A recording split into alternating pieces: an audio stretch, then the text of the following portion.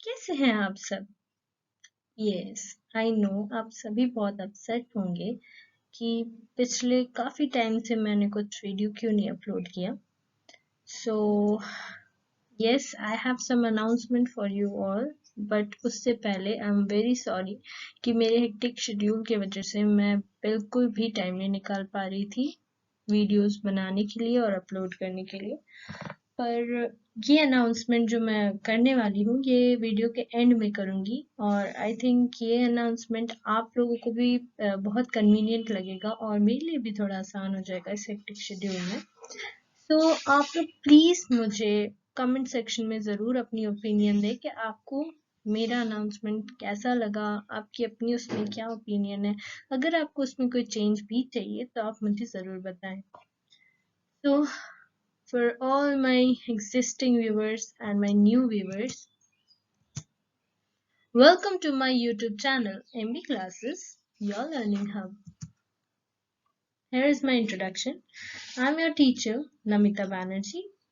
My designation is I'm a student teacher and I'm in BEd second year, and my learning institute is Lovely Professional University. Now, if you like my video, please don't forget to like, comment, share, and yes, if you are new to my channel, please subscribe to my channel, and yes, make sure कि आप उस bell icon को ज़रूर click करें ताकि मेरे videos के notifications आप तक पहुंचे और आपको इस तरह के सेशंस पाने में कोई प्रॉब्लम ना आए. So, why to waste some more time? Let's get started. इस वीडियो में हम क्लास 7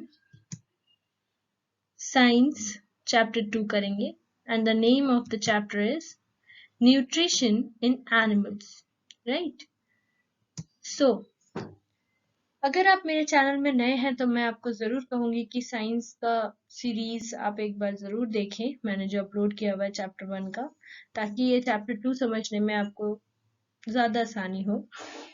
और हाँ, अगर आप न्यू हैं तो मैं आपको ये भी एडवाइस करूँगी कि आप मेरे सोशल साइंस के सीरीज़ भी देख सकते हैं.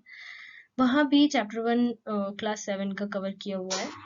So, in this video, we will going to understand about nutrition in animals. Well, nutrition in plants में तो हमने समझा कि प्लांट्स कैसे अपना न्यूट्रिशन इनटेक करते हैं, प्लांट्स कैसे अपना प्रोसेसिंग करते हैं न्यूट्रिशन का. सो यहाँ हम समझेंगे न्यूट्रिशन इन एनिमल्स कैसे काम करता है. Right? So let's see what come next.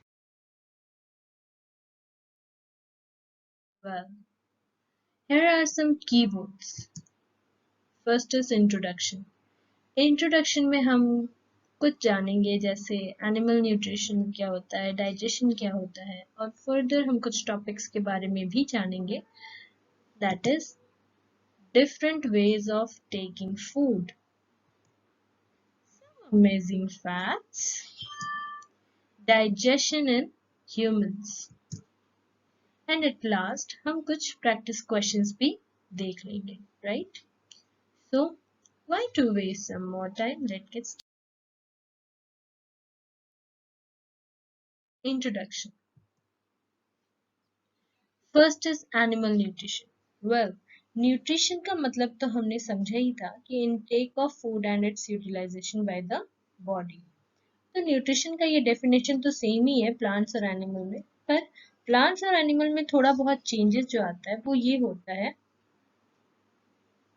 कि प्लांट न्यूट्रिशन में प्लांट इंक्लूडिंग न्यूट्रिशंस आते हैं और एनिमल न्यूट्रिशन में एनिमल इंक्लूडिंग न्यूट्रिशंस आते हैं, जो भी न्यूट्रिएंट रिक्वायरमेंट्स होते हैं. ठीक है? सो please don't gate confused between the terms. Let's see. Animal nutrition includes nutrient requirement, mode of intake of food, and its utilization by the body. So, animal nutrition क्या होते हैं कि इसके अंतर्गत न्यूट्रिएंट रिक्वायरमेंट आते हैं और खाना खाने का तरीका, mode of intake of food, कैसे हम फूड को इनटेक करते हैं अपने बॉडी में, वो हम बहुत ही अच्छे से एक्सप्लेन वे में समझेंगे। तो उसके बाद उसकी यूटिलाइजेशन जो होती है वो कैसी होती है बॉडी में, ये भी हम समझेंगे, right. Now next is digestion. सिर्फ खाना खा लेना ही सब कुछ नहीं होता है, खाने का प्रॉपर डाइजेशन होना भी बहुत जरूरी होता है, right. So what is digestion now? The component of food such as carbohydrates are complex substances. मान लीजिए हमने पुलाव बनाया, ठीक है, और हमने बड़ा जम के खाया क्योंकि हमने उसमें बहुत कुछ मिलाया हुआ था, बड़ा मजा आया।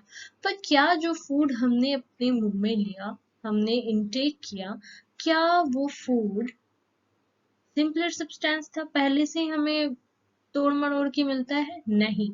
जब हम रोटी का टुकड़ा लेते हैं, चावल लेते हैं, पूड़ी लेते हैं, कुछ भी खाना लेते हैं जो भी ह्यूमन या एनिमल्स के रिक्वायर्ड न्यूट्रिशन को मीट करता है, अगर एग्जांपल में आप ले लो कार्ब्स, तो अगर कार्ब्स ही हम ले रहे हैं तो वो कॉम्प्लेक्स सब्सटेंस रहता है। Why complex? Because it is in a bigger shape.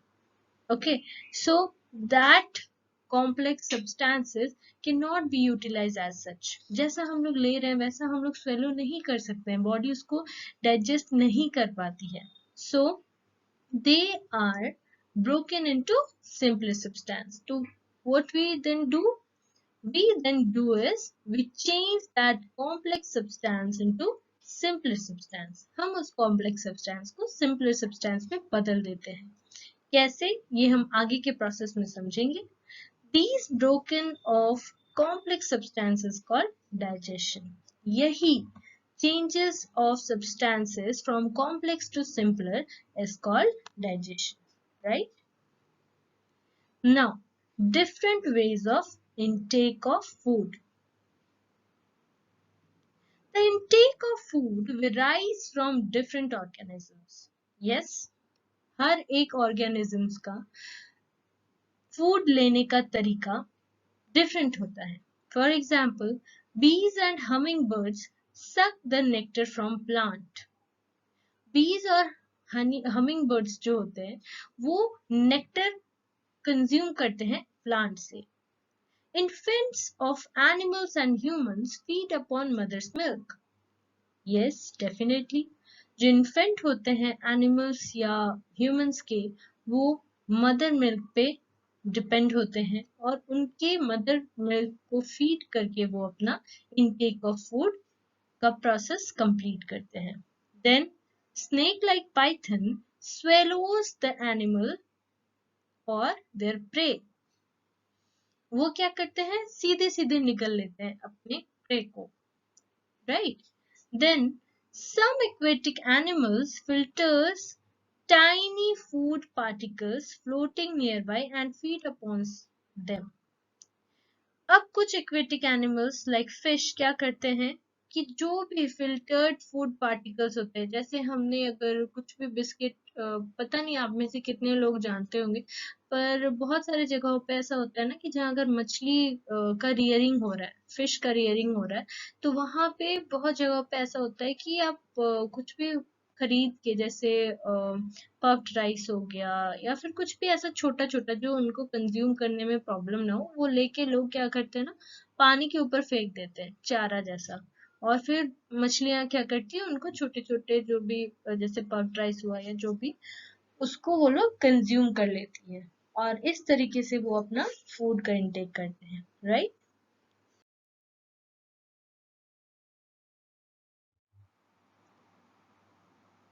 Now come to the next topic, amazing facts.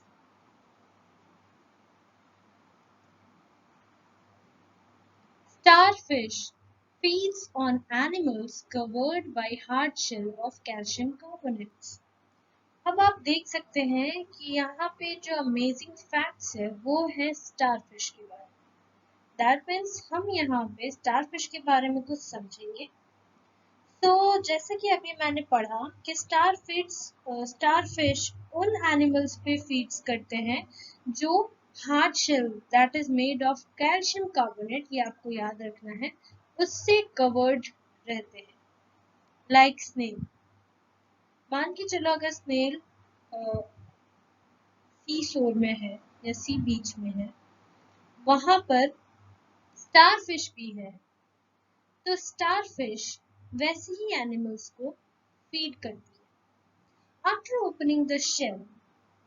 opening or you can say breaking of that shell, starfish pops out its stomach. वो अपना stomach बाहर निकालती है। Pops out means what? बाहर निकाल। Through its mouth, अपने मुंह से बाहर निकालती है। To eat the soft animal inside the shell.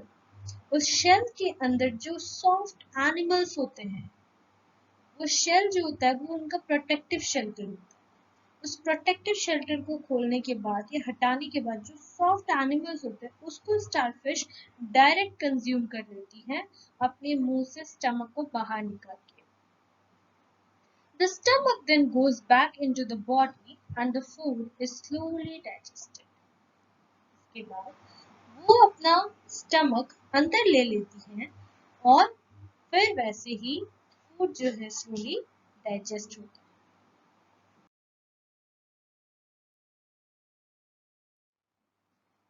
This is the starfish.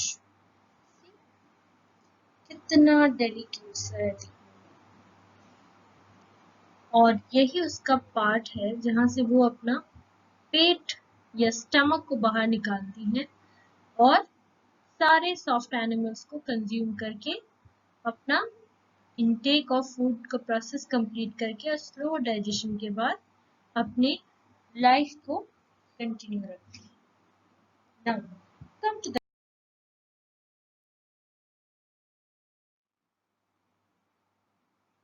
digestion in humans. Well, अभी हमने स्टारफिश में देखा डाइजेशन का प्रोसेस काफी स्लो हो जाता है। क्यों? क्योंकि वो डायरेक्ट कंज्यूम करते हैं। ह्यूमंस के केस में ऐसा नहीं होता। Humans have so many varieties of process before the digestion. तो आइए समझते हैं। We take in food through the mouth. हम फूड को अपने माउथ में सबसे पहले लेते हैं, फिर डाइजेशन होती है और फिर उसकी यूटिलाइजेशन होती है हमारी body. The unused part of the food are defecated. The unused part यानी कि जो पार्ट हमारे यूटिलाइजेशन के बाहर का है वो हमारे बॉडी से बाहर निकल जाती है। The food passes through the continuous canal which begins at the buccal cavity and ends at the anus. तो हमारा यहाँ पे हमें क्या जानने को मिला? फूड जो है कंप्लीट प्रोसेस से होके गुजरता है जिसका बिगनिंग पॉइंट जो है उसको हम कहते हैं कैनाल, बकल कैविटी। उस पूरे कैनाल का जो स्टार्टिंग पॉइंट है उसको हम कहते हैं बकल कैविटी और वो जो एंड होता है, एंड पार्ट जो होता है उसको हम कहते हैं एनिस। The canal can be divided into various compartment. अब वो जो कैनाल है वो बहुत सारे वेरियस कंपार्टमेंट्स में डिवाइडेड रहता है। आइए देखते हैं क्या क्या। सबसे पहले buccal cavity. Buccal cavity is nothing but the mouth area. जो माउथ एरिया आपका होता है जहां से आप खाना को इनटेक करते हो और फिर इसको स्वेलो करते हो, this whole process comes under this buccal cavity, right. Then oesophagus. Oesophagus को हम लोग फूड पाइप के नाम से भी जानते हैं। So please don't get confuse between oesophagus and food chain, both are same. Okay, तो ओसोफेगस क्या होता है? Oesophagus when you swallow up the food then taken by the food pipe and its process is to or its work is to take the uh, chewed food from the mouth to the stomach, right? Then comes the stomach. अब food pipe जो होता है वो stomach से connected रहता है। वो वही च्यूड और स्वेलोड फूड को स्टमक तक पहुंचाने का काम करता है। फिर स्टमक में कुछ प्रोसेसेस होते हैं जिसको हम एक्सप्लेन वे में समझेंगे एंड देन वो स्मॉल इंटेस्टाइन में स्टमक से ट्रांसफर हो जाता है जहां फर्दर डाइजेशन के प्रोसेस होते हैं और एब्जॉर्प्शन के भी प्रोसेस होते हैं। देन फाइनली वो लार्ज इंटेस्टाइन में शिफ्ट हो जाता है स्मॉल इंटेस्टाइन से, जहां बचा कुचा वाटर या बचा कुचा जो न्यूट्रिएंट्स है जो स्मॉल इंटेस्टाइन में भी कंज्यूम नहीं कर पाया होगा, एब्जॉर्ब नहीं कर पाया होगा, तो वो लार्ज इंटेस्टाइन एब्जॉर्ब कर लेती है। Then it ends with the rectum and then ये रेक्टम में जाके खत्म होता है large intestine. And rectum is nothing but a pouch like structure, एक पाउच लाइक स्ट्रक्चर होता है जो कि देन कनेक्टेड रहता है एनएस से। और यही एनएस वाला एरिया है जहां से हम अपना डिफिकेटेड पार्ट्स को, जो हमारे बॉडी से यूटिलाइज्ड फूड नहीं है हो पाए हैं, या जो भी हमारे हार्मफुल केमिकल्स या we can say the toxins of our body, वो यहाँ से फिर बाहर निकल जाते हैं, right. These parts all together forms the alimentary canal or the digestive system. ये सारे पार्ट्स जो हैं मिलके एलिमेंट्री कैनाल या डाइजेस्टिव सिस्टम को फॉर्म करते हैं। तो यहाँ पे हमें दो चीज देखने को मिला, एक तो फूड पाइप और ऑसोफेगस या ईसोफेगस भी कहते हैं, ये एक ही टर्म है।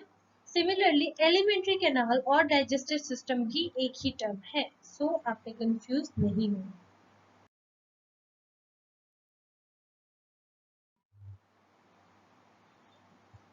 What comes next? Let's see. The food components gradually get digested as food travels through the various compartments. The inner wall of the stomach and the small intestine and the various glands associated with the canal such as salivary glands, the liver and the pancreas, which secretes digestive juices. So, food component जो होता है वो gradually digest होता है जैसे जैसे वो travel होते जाता है वेरियस कंपार्टमेंट में। वेरियस कंपार्टमेंट क्या क्या है? Buccal cavity, oesophagus, stomach, small intestine, large intestine, then rectum, then anus. तो जैसे जैसे ये इन कंपार्टमेंट से पास होते जाता है वैसे वैसे स्लोली स्लोली डाइजेशन कंप्लीट होती जाती है। डाइजेशन की जो प्रोसेस है वो कंप्लीट होते जाता है, right. The inner wall of the stomach and the small intestine. अब inner wall of the stomach जो होता है, मैं आपको दिखाऊंगी भी इसका डायग्राम, और जो small intestine होता है उसमें बहुत सारे glands एसोसिएट होते हैं, जैसे salivary glands. salivary glands कहाँ होता है, कहाँ पाया जाता है? हमारे बकल कैविटी में, और इसका काम होता है to convert starch into simpler substances. And what else? Helps in chewing and swallowing the food. Then the liver. Liver further digestion में liver and pancreas भी help करते हैं, कैसे? उनके कुछ digestive juices को secrete करके। The digestive juices convert complex substance of food into simpler substance. अब यही सारे digestive juices जो हैं वो complex substance को simpler ones में बदलने में मदद करते हैं। The digestive juices convert complex substance of food into simpler one. Sorry, यहाँ पे दो बार लिखा गया है तो आप इसको नजरअंदाज कर दें. Sorry for the inconvenience. The digestive tract and the associated glands together constitute the digestive system. Now, अब जो digestive tract है, that means the alimentary canal or the digestive system, और जो associated glands हैं like pancreas, salivary gland, liver and so on, they all together constitute this digestive system, right? So,